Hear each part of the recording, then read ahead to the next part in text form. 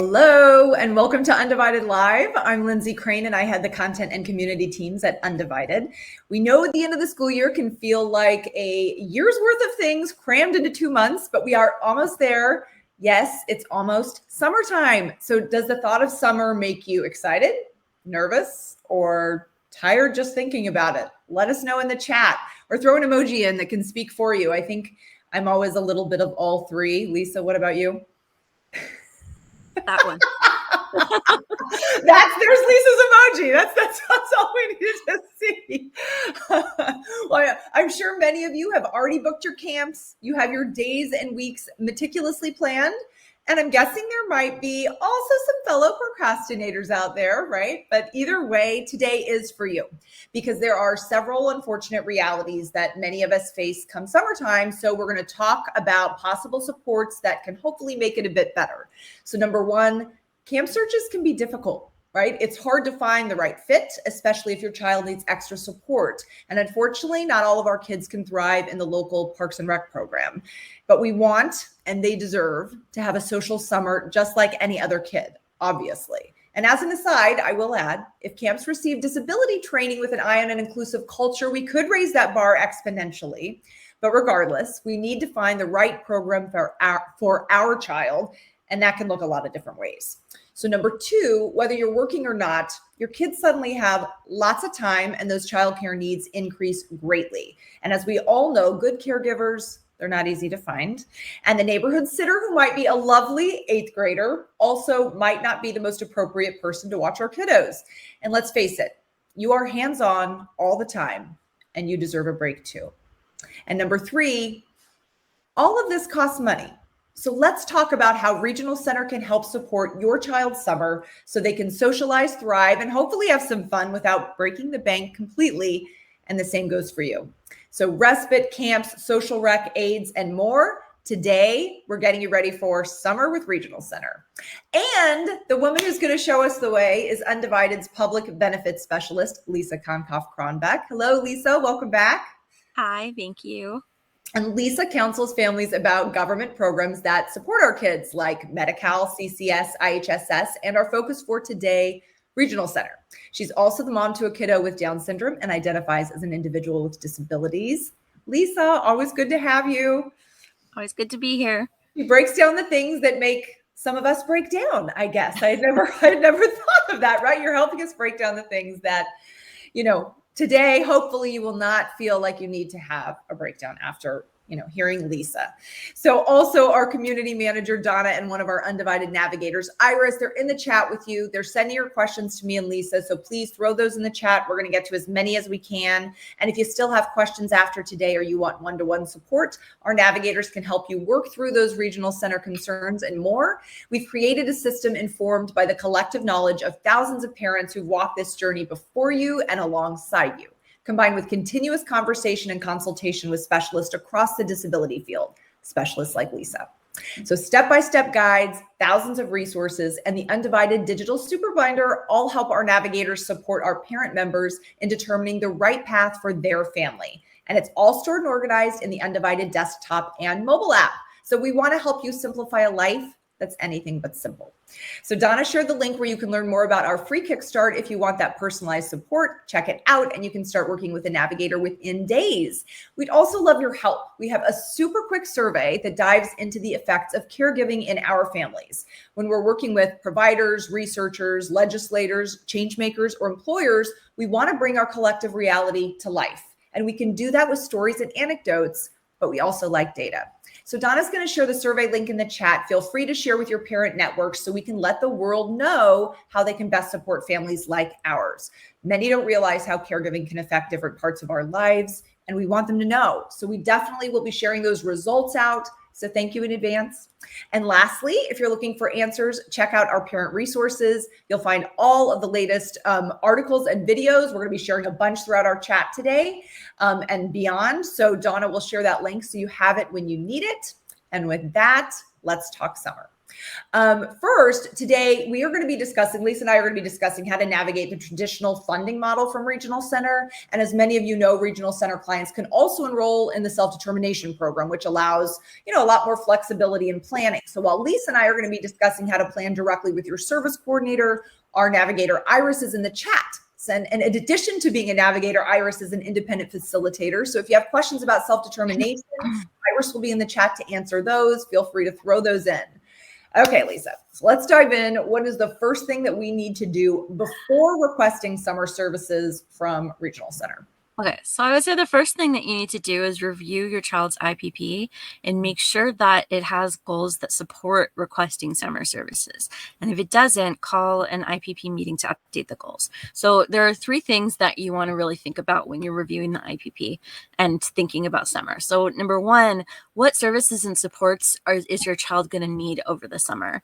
Number 2, what services and supports do you need over the summer in order to meet your child's needs? And the third one is what additional supports you already have over the summer, generic resources like ESY, extended school year, community programs, programs your insurance might cover, family, etc.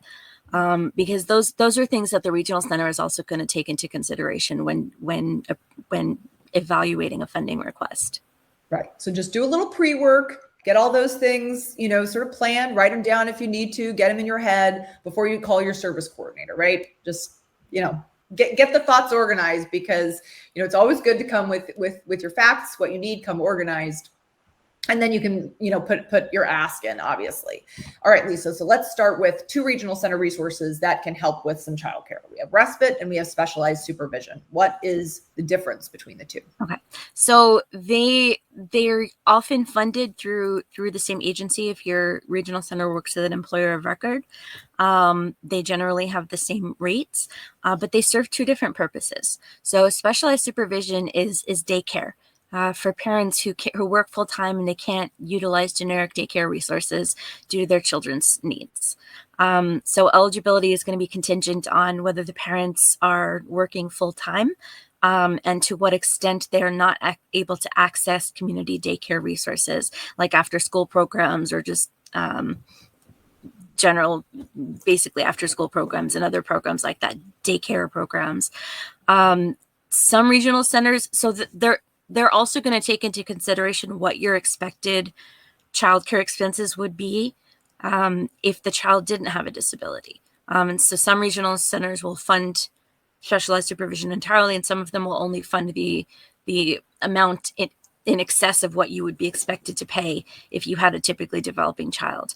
Some regional centers will also provide more services, more hours once a child turns 13, because at that point, parents wouldn't usually anticipate having daycare expenses because many 13-year-olds are able to stay by themselves after school. Now, respite, on the flip side, respite is to allow parents a break from the extraordinary childcare duties that they have so that they have time to run errands, self-care, time together, spending time with other children in the household. So the eligibility assessment for those services, a lot of regional centers have basically a checklist, and they'll add up your score and determine how many hours your child will get. They usually focus on the intensity of care that your child needs, lack of other natural supports and resources, any extenuating circumstances, like if a parent or other household member is dealing with health issues. And you can always ask for an exception if your respite needs exceed what comes out on the form. But typically, what exceptions aside, they'll go by their assessment tool, and you can always ask for a copy of that. Right. Okay. So those are, don't worry if you're hearing these, we're going to ask a bunch of specific questions about each of these because there's a lot of scenarios, and I just want to clarify. Lisa, so let's dig into respite first. So if you aren't working or if you work part-time, can you get an increase in respite hours if your child isn't in ESY? Are you asking about specialized supervision or are you asking about respite? Respite. I want to start with respite. Okay. Yes. So let's dig into respite first. Okay. So if you aren't working or if you work part-time, can you get an increase in respite hours if your child isn't in ESY? you can request it. You likely, if ESY is in your child's IEP and you're not utilizing it, you will likely need to demonstrate why you're not using it, because the regional center is generally the payer of last resort. And if the school is offering a service, it's considered a generic resource. So if you have a reason why you're not utilizing ESY, that may be compelling enough to access additional respite. But often, I mean, usually when you think of ESY, you think of specialized supervision as a substitute, because this is usually for parents who are working full time and they expect their children to be in school. And when the children are not in school, then you need someone to watch the children while you're working. And so, again, it depends on the reason for the request and depends on the reason why your children are not in ESY. Okay. So what if they are in ESY, but it's a shorter, so what about, can we still get an increase in respite if they are in ESY, but it's a shorter day than a normal school day? I mean, again, you have to make the case of why it's necessary. As far as respite goes, they may well say that, well, you get a natural respite when your child is in ESY. Right. But so it's not a minute-to-minute comparison. It's not a minute-to-minute comparison, Right. which is why I'm saying it's usually more connected with specialized supervision, because your child is in school and you work, and then your child is not in school or they have a shorter school day, but you still work. Right. So usually it's kind of more tied to specialized supervision. And I mean, you can make the request. And sometimes, again, it always depends on the circumstance. Right. So what about if you are an IHSS provider for your child? Does that affect an increase in respite hours for summer? So IHSS is a tricky question, because in theory, the regional center looks at all available generic resources, including IHSS. And some regional centers, especially if a child has protective supervision, will say, well, you could hire somebody else to do these hours and get respite that way. And that's easy enough to say on the regional center side, but IHSS has very specific rules about when you can hire an outside provider and when you can't. If you are qualified as a parent provider, there's generally only very limited circumstances when you can have an outside provider. And that's usually if you're working part-time, then you can hire a third-party provider while you're at work. But if you're working full-time, you can really only hire a provider outside during the time that you're at work, or up to 8 hours a week when you're attending to other household needs. And that may or may not be enough. And that may or may not be enough respite to meet your needs. And again, there's very restrictive rules about what you need to be doing during that time when you've got a different provider.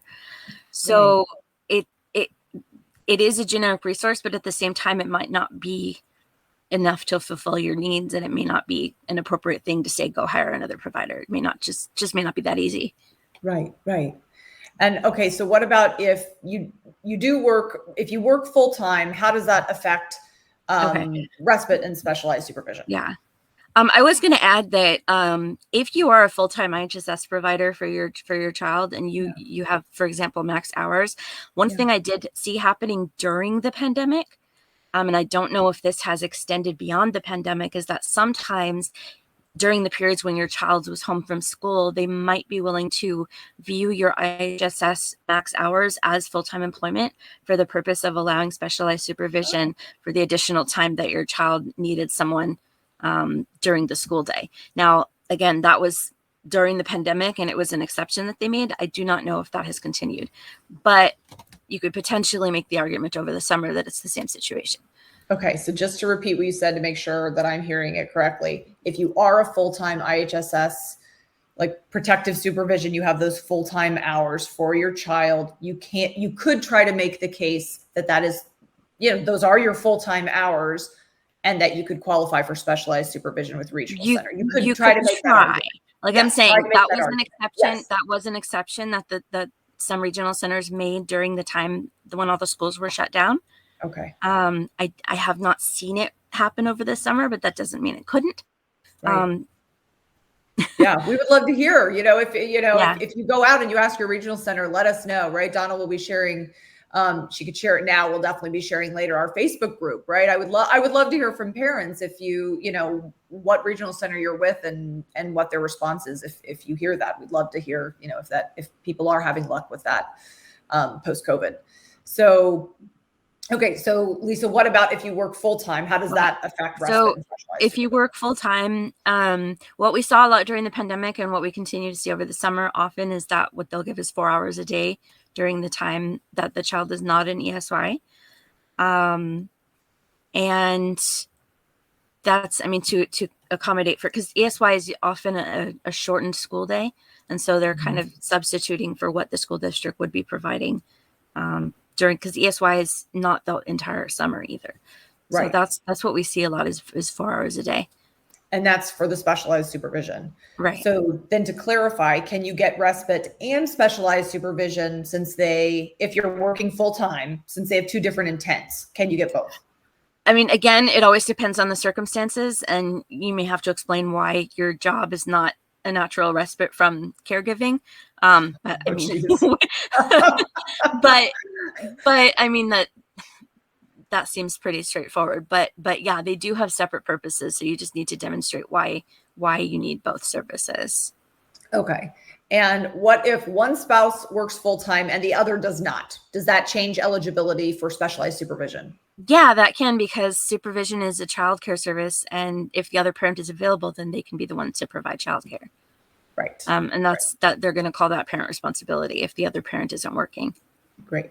So just to clarify, you can qualify for specialized supervision if you're a single parent working full time, or if there are, you know, two parents and they're both working full time.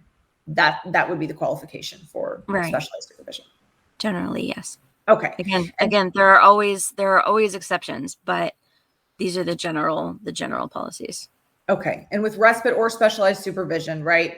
You know, we did have some questions ahead of time of like, how can parents get started, right? Do we just need to request the support from our service coordinator? Get it rolling? Yeah, I mean, you can make a request in writing or request an IPP. Some regional centers are a little bit more formal and they want all requests to be made in the context of an IPP. Other regional centers, it's like, you can email your service coordinator and make this request in writing, and then they'll bring it to the funding committee, and if that's how they operate. And but it just kind of depends on your regional center and how they approach that process. Okay. But if you're already calling an IPP to address the goals, this would also be an opportunity to request additional services. Right. And if your IPP isn't coming up and you still want to make that request, you know, if something has changed, like Lisa said, contact your service coordinator, you know, and see what they have to say and how you need to submit that request. So just another point of clarification, Lisa. So is specialized supervision only available in the summer? No,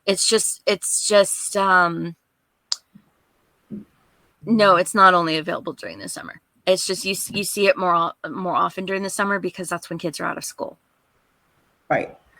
And Anna, I see Anna had a question. They're both from the regional center. And so I think, Anna, you're probably asking both specialized supervision and respite. These are both services that are provided from the regional center. So I don't know if you wanted to say anything else to that, Lisa, if that's what you're asking. Yes, these are both regional center services. Yeah.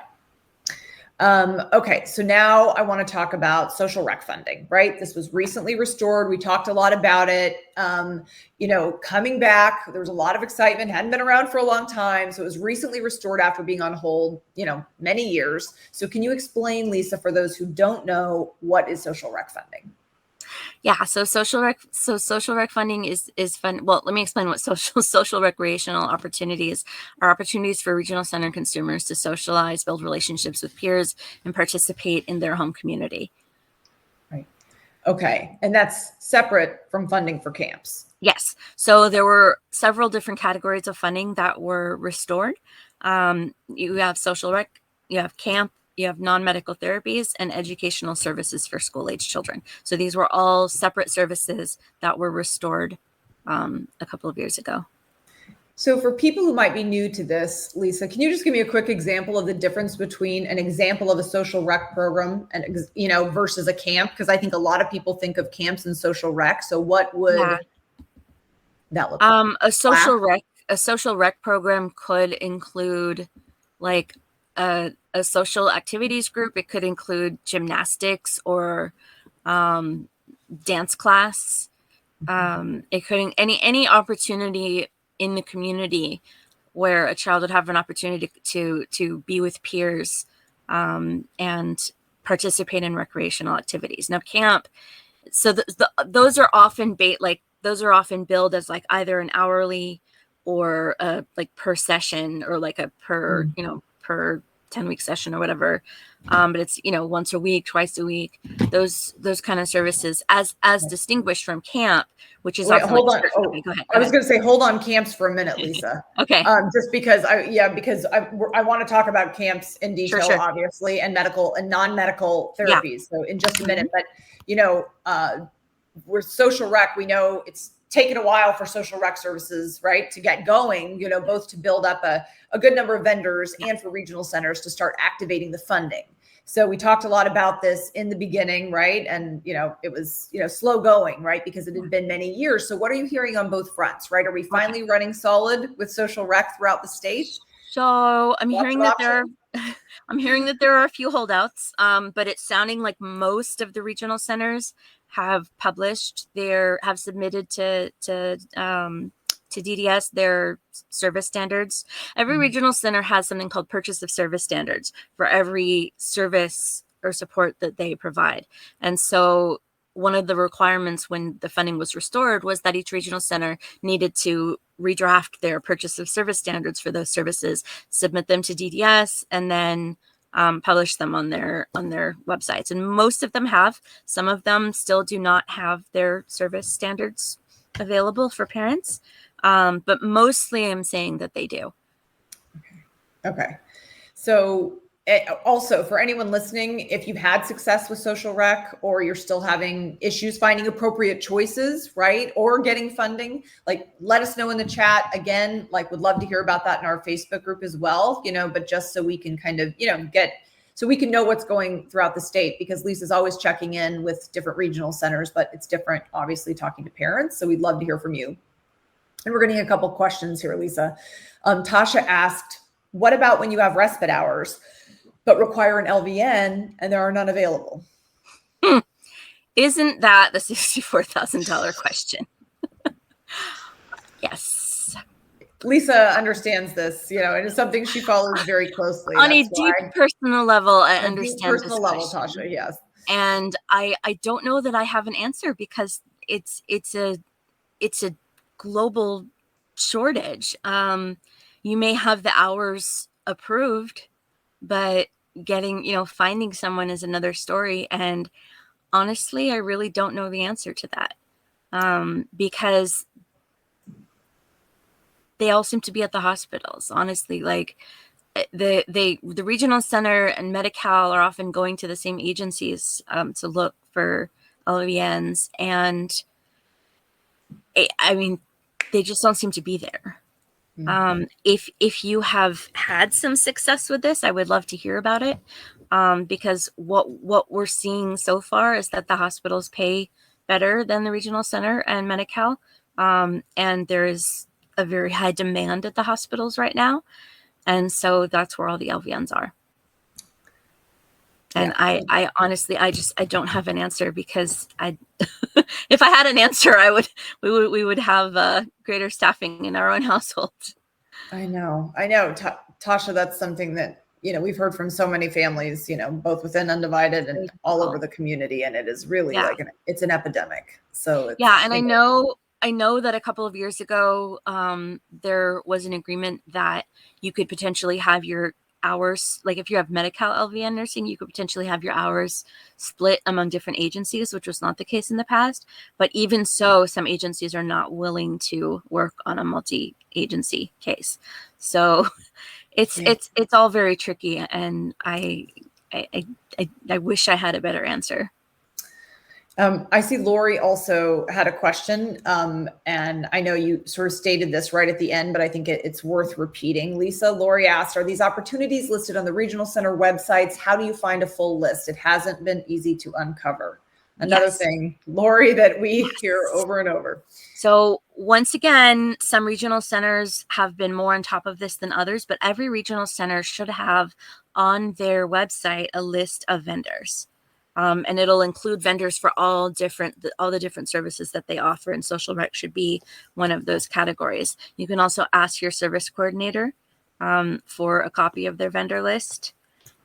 Again, like some regional centers have had more success with collecting a variety of vendors than others, and so I mean, I would inquire about it if you don't find it on their website. Right. And then just another point of clarification from Tasha. She said, is social rec funding only if you have Medi-Cal? No, it's if you're a regional center client. The reason I mentioned Medi-Cal is because a lot of children with complex medical needs have LVN care through Medi-Cal. I mean, sometimes the regional center will require that your respite come from an LVN if your child has certain medical needs, but also a lot of children qualify for Medi-Cal home nursing, Right, if they can find the staffing. right. And all right, so this question keeps coming up. So I would love to know the answer, if the answers evolved from when we first started talking about the return of social rec, and that's reimbursement. So if parents do have a hard time finding vendored social rec programs, can parents request reimbursement for a non-vendored program? I would love to know the answer to that too. Okay, so I have been told very firmly that reimbursement is not an option, and yet I have also been told by other parents that they were able to get reimbursement. So my sense, and I could be wrong on this, is that it may be tied to whether or not the regional center has adequate vendor lists in the first place. Because if they're not providing lists of vendors and people need these services, I don't know what other option parents have but to request reimbursement. So again, it may be that these situations have been granted as an exception to the general policy that it's not being reimbursed, but that's what I've been seeing, is that they say no, but then some people have been able to, possibly through the appeal process. I don't know. The tricky part of the traditional funding route is that the providers do have to be vendored. Now on the self-determination side, and perhaps Iris can speak to this,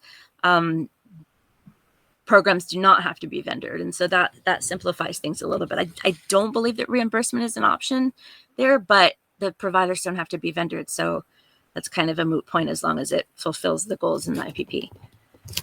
So I have an annoying follow-up question that I'm sure you're going to say, but what is considered an adequate list? Like you said, if there's not, an adequate list of vendors, but is that objective? I would say a list that includes vendors that can provide services that your child needs. Like, if the vendors on their list aren't providing services within the scope of your child's goals and what they're trying to get out of social rec programs, that would be, to me, an argument for finding other ways to approach the situation. Right. Always look to see what's available. If it's not appropriate for your child, note that, talk to your service coordinator. And, a lot of the answers to a lot of these are this, you can try it, right? You can try it. And the other side of that is that you can also approach the vendor and see if they're willing to become vendored with the regional center. Right. That's how a lot of these lists are being compiled, is that parents are approaching community resources and asking if they would be willing to become vendorized with the regional center. Exactly. And that's another option. Yeah. Right. And so are there limits if we find the right program, right? Then are there limits to how much social rec funding that a child can receive in a year? That is another great question. I have looked over the service standards for multiple regional centers. I have so far, I've just kind of a sampling across the state. And so far, I've only seen one that articulates specific requirements in terms of limits and how much they'll fund, which is Westside. I've seen them say that they will fund, I believe it's up to 6 hours a week when it's hourly services. For camp, They have a 2-cycle and 60-day cap. So like two types of camps and a maximum of 60 days across the year. I think for education services, it's like up to 10 hours a month. They're the only regional center that I've seen so far. Now, regional centers may have internal policies about that, but they're supposed to be published in the service standards. And I've only seen, now again, we took a sampling of all the different regional centers, but I have only seen the ones so far that articulate specific caps in the service standards. Right.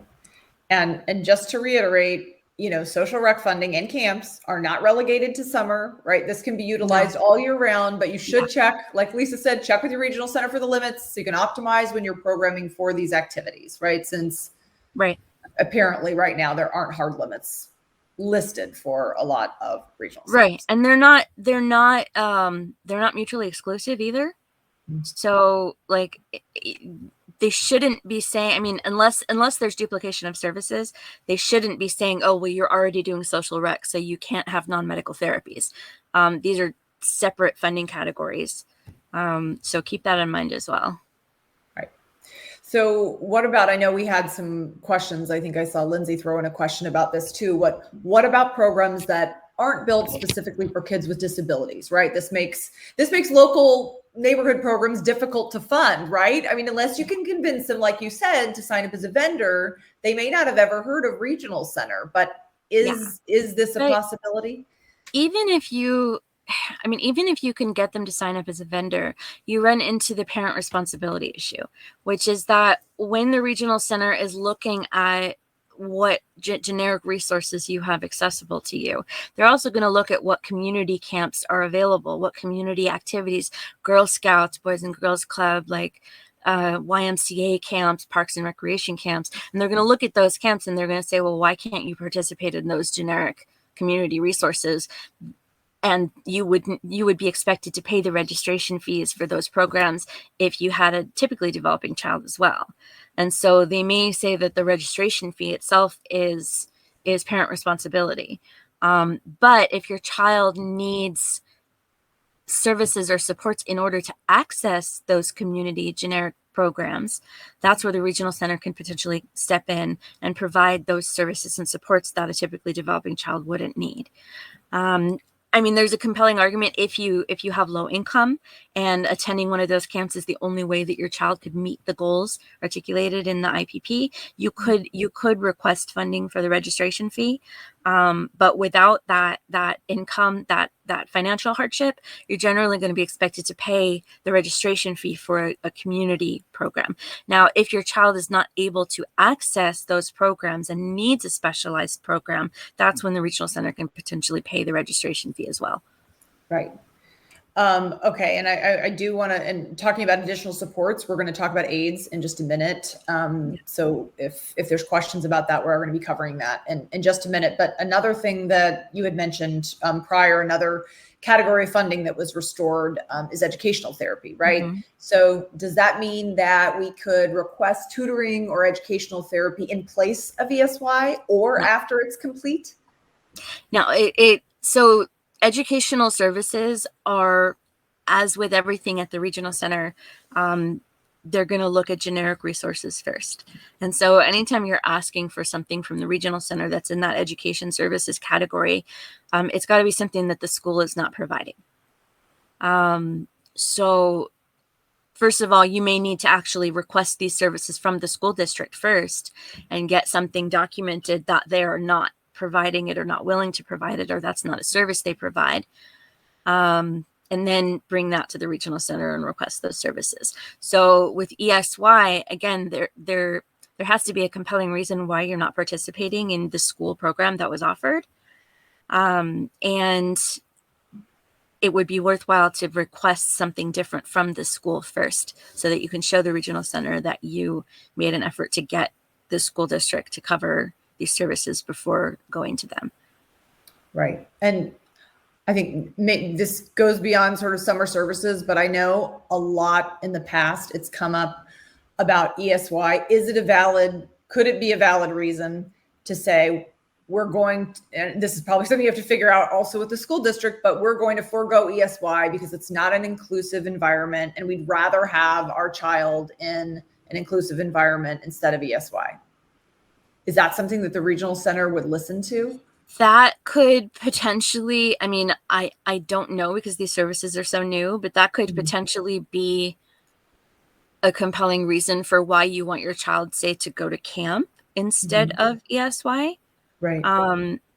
But you would need to really be able to explain why the ESY doesn't meet your needs. And I know that is the case with a lot of ESY programs, is that the general ed population is not there.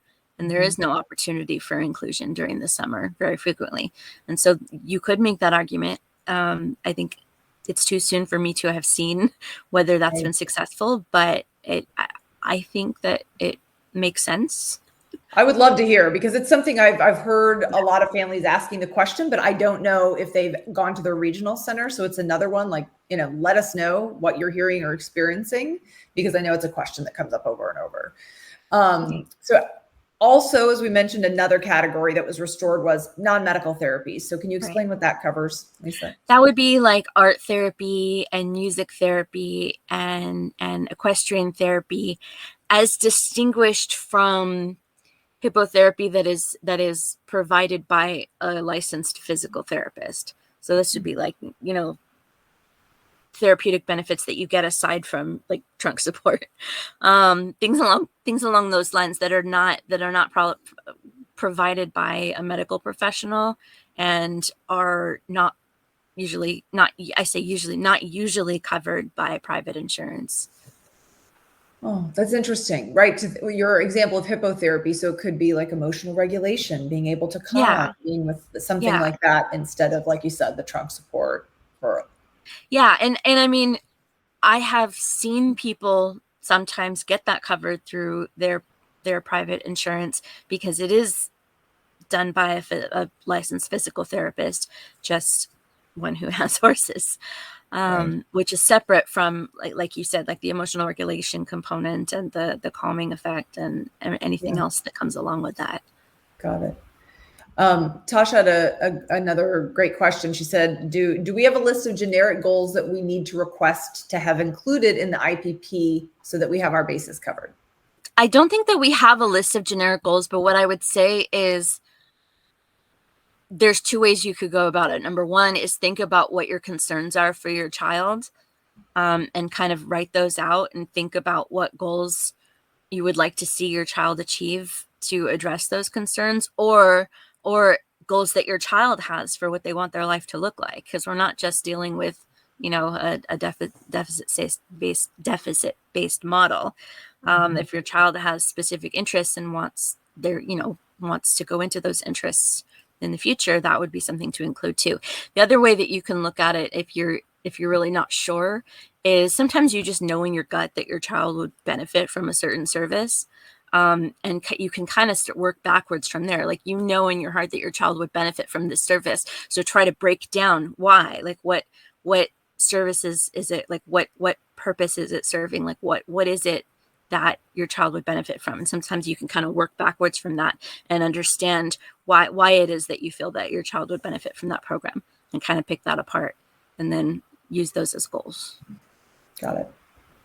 All right. So we're getting also lots of questions, obviously. Big summer need is camps. So, but again, this funding can be accessed beyond just summer, right? But how much camp funding can a child receive year round, Lisa? So again, I have only seen one purchase of service document that actually articulates an explicit limit. And that the limit that they imposed was 2 cycles per year and up to 60 days. So that could potentially include spring break. That could include winter break. That could include summer. So same answer for social rec and camps. It's that same gray area for a lot, but we're seeing different things from different. But for camp, 2 cycles, and then there's some confusion that I'm seeing over whether those 2 cycles can both be in the summer, whether one has to be in the summer and one has to be in a different season. It's not entirely clear yet. Okay. We're hearing different things. So can I ask you, Lisa? But it is going to be during the time when the children are not in school. Right. And then if a parent is calling their service coordinator and it is a little unclear and they're told like, yeah, it has to be, one in summer, one in winter, right? Should parents ask, like, can I see that in the standards of service agreement? That or is where is that always listed? that is always the first question you want to ask whenever a Mhm. regional center says, "Oh, we don't do that," or "This is the requirement," or "This is just how it is." That's the first thing you want to ask is, "Can you send me a copy of the service standards that show that?" Yep. Mhm. Because sometimes they'll be able to, and sometimes they won't because it's not in the service standards. Right. So that's my recommendation to anybody who gets told no, like over the phone or verbally, or like, "We don't do that," is ask for a copy of that policy in writing. Right. And I'm assuming that this is going to be the same answer as you gave for social rec, right? But again, if we want to attend a local camp, right, chances are not vendored with regional center. We already covered that really kind of generically with social rec, but I assume the answer is the same as you had with social rec, right? If they're not vendored, we can ask them to become a vendor. Yeah, it's the same answer I gave before, which is that Yeah. it may or may not be parental responsibility if Right. that's something that is available to the entire community. Yeah. But there may be additional supports that you need that they may be willing to provide or may not be willing to provide. But if they're willing to become a vendor, you could potentially work things out on that end. Right. Which is good to reiterate because I know it sounds like a long shot, but you never know. Okay. So aides. Many of our kids, they require more support, and some regional centers will provide aides who will attend camp with your child. So what do we need to know about aides, Lisa? Okay, so you want to start with the camp and find out if they will staff a one-to-one aide. That is appropriate for your child, That is right? appropriate for your child, yes. Right. Yeah. And some camps that are big and established and have a lot of kids may be able to provide that service, and a lot of them won't. If they're small camps and they don't have a lot of staff, it may be, even if you're asking for it as a reasonable accommodation, it may be that it's not reasonable for them because it would be an excessive financial hardship to have to hire an additional person to provide that service. So that's when you would go to the regional center. And so it also depends on what kind of aid your child needs. So if your child needs an inclusion aid that can kind of help train the program on how to be inclusive of kids with disabilities, that's something that some regional centers already had in their service standards and just couldn't be applied to social rec when it wasn't funded. But that's a service that's meant to be phased out. It's like they come in, they kind of train the staff, and then they go. If your child needs a one-to-one behaviorist, that's going to need to be written up in the behavior plan. So that recommendation needs to come from the behaviorists and the supervisors in the behavior plan. And that recommendation, they may need to observe the camp and see if it's even going to be a safe environment, and whether they think that they can serve the child in that setting. So that recommendation has to come from the behaviorists themselves. If it's an LVN that you need, again, the challenge with that is that it may be authorized, but getting it staffed is another question. So that's a challenge to think of ahead of time. And when you say inclusion aid, what about a child who might need help, with fine motor, with gross motor? It's really just help participating in what activities are going on. Mm-hmm. Is that? That could potentially just be a one-to-one aid or a health and safety aid. Right. But again, you want to ask the camp if they can provide that service first. Right. Okay. And I think you've covered this, but again, just want to be really specific. If your chosen camp is not vendored, you can still request an aid to help support your child at a non-vendored camp, correct? As far as I understand, especially if it's like a community program that's accessible to everybody and happens not to be vendored, as far as I understand, the camp itself doesn't have to be vendored in order for your child to attend with an aid. Mm-hmm. If you've had a different experience, I want to hear about it. Yeah, please. And obviously everything's based on needs, but how does a child become eligible for an aid at camp? Well, I think it's entirely based on needs in their IPP and whether or not they're going to be safe and supported and able to access the setting without an aid. Mm-hmm. Again, and list out those, like you said, break that down. Yeah. And again, like depending on what kind of aid they need, you know, again, like with the behaviorist, the behavior, they need to be writing something into the plan that assesses the need for an aid in that setting. Right. And does the aid need to be vendor, right? Is it direct pay or reimbursement? That's generally going to be they'll need to be vendored. Everything I've seen so far is that they need to be vendored. So I mean, obviously, if it's from a behavior agent, like an ABA agency, it's gonna need to be one that's vendored with the regional center. Right. Or I mean, the thing is, you can also potentially request that ABA through Medi-Cal, especially now that people are on managed care plans. You may potentially be able to go that route in order to get a behaviorist at camp. In fact, the regional center might request that you do that first. So you can just be aware of that. Right. So, and then if you know someone, who's great, like you're saying, like a health and safety, a one-to-one aid, if you know somebody that could be great for your child, can they go through the vendorization process?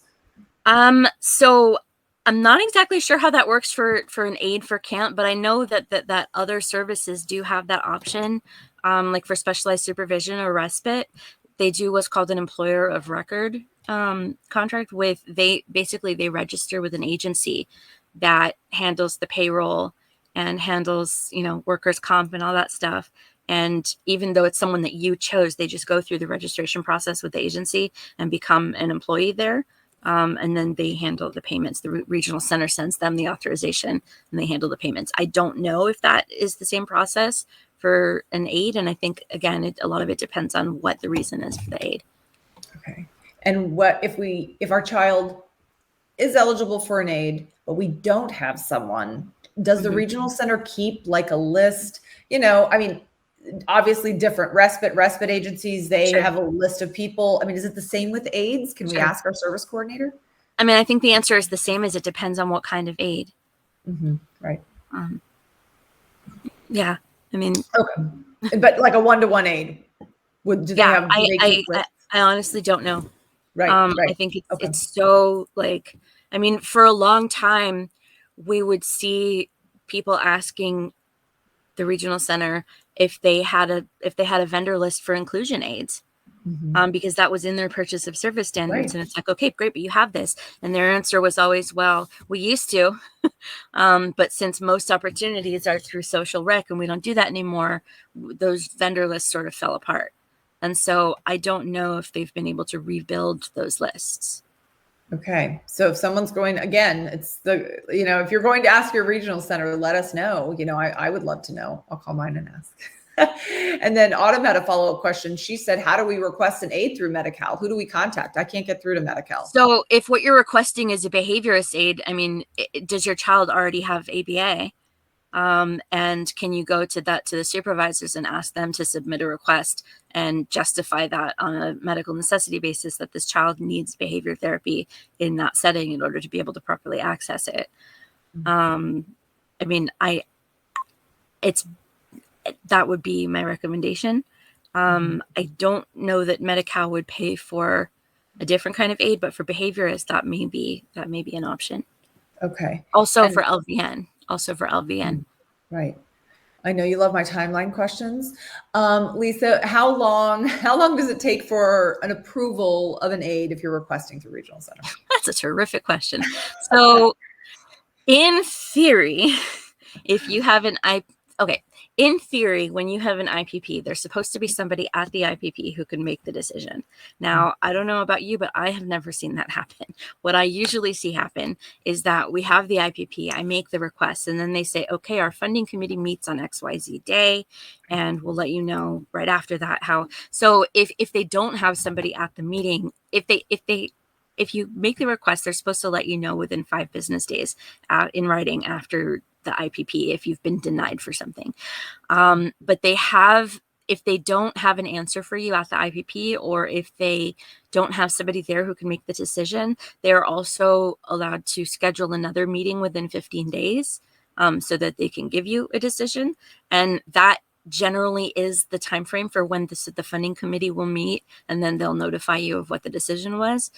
So that's usually the way I see it happen. Now, different regional centers may do that differently, but that's kind of what the rules are in terms of timeline. So if you've requested an aid in writing and it's been a month or two, and you haven't heard anything, like, you should be following up, because they should have given you an answer, yes or no, much sooner than that.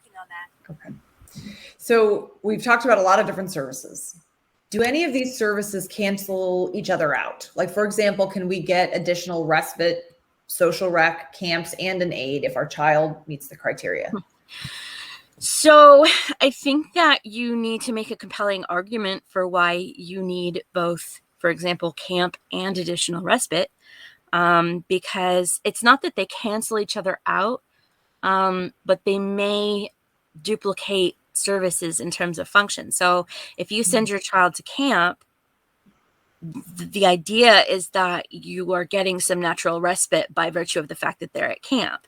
Now, if you have a child who requires an LVN and there are no LVNs, and you therefore have to be at camp the entire day to change diapers and do G-tube feeds and do all the things that a behaviorist can't do, then you're not getting respite from the fact that your child is at summer camp. They're getting the benefit of summer camp and that social opportunity and that recreational opportunity to participate in a community program, but you are not getting respite from that. And if you've been in that position, then you know that. And so that may be an argument for still requesting additional respite hours, even though your child is at camp, is that, well, there is no natural respite happening here because I have to be there the whole time. So that would be an example of a situation where in some situations they might like cancel each other out because they serve the same purpose, but in that situation they don't. Got it. So, you've touched on behavioral services. Really, we've talked about behavioral aids, right? But in general, right, summers without structure can be really difficult for a lot of kids. So can kids get additional ABA or behavioral intervention hours? Not talking about an aid at a camp, right? But just in general, can they get extra hours over the summer? Okay. So here's the thing that may be confusing, is that this previously was a regional center question, because for families who had private medical insurance and then Medi-Cal as secondary, generally those families were enrolled in the child was enrolled in fee-for-service Medi-Cal, and the vendor for ABA services under fee-for-service Medi-Cal was the regional center. And then they would contract out with agencies to provide the services. Now that all of us have been required to select a managed care plan as our secondary Medi-Cal insurance, your regional center might still be funding it right now as far as a transitional period. But once you are getting your ABA from the managed care, which is ultimately going to be the requirement, that's going to be a question for Medi-Cal. And the important thing to consider when you're requesting additional behavior services is that it's not based on your needs for additional respite. ABA is not respite and cannot be used as respite. So you have to be able to explain why your child needs more behavioral services over the summer. And there may be situations where they do. I mean, a lot of kids don't do very well in unstructured periods of time, and they need that continuation of structure, and they need more support over the summer because they're not in school. And so it has to be something, that a recommendation that's coming from the provider, from the behaviorist, and it has to be based on the child's need and not just like, oh, they're not in school, so I need someone to watch them. That's not a reason to have more behavioral services. So just make sure they're documenting the medical necessity of it and why the child needs more support over the summer. Right. So all these requests, right, if we're denied for any of these summer requests, I think, hopefully we can work with our service coordinators, but if we're denied, what are our options, Lisa? What can we do? Request an appeal. I don't want to generalize, but very often when you file a request for an appeal, it's not actually going to go to the hearing, because the regional center, their legal department will reach out to you and see about potentially doing a mediation or just otherwise resolving the issue without going to hearing. And that may expedite things, but just I would file a request for hearing quickly. And just briefly, do we call our service coordinator and say, I want to file an appeal? What appearance? And I know I would not call them. I would submit that request in writing. When something is denied, they are required to submit to provide a notice of action. If they tell you no over the phone, you can follow up by email and say, thanks for our conversation today. Please send me a written notice of action. And that written notice of action should also include the instructions on how to file an appeal. Yes, you can write to your service coordinator as well, but it should all be in writing. Right. And I know Donna just shared the article that Lisa worked on with us about the entire appeal process for, ages 3+. So definitely check that out if you have questions and want more details. So, Lisa, what can parents do right now to get started?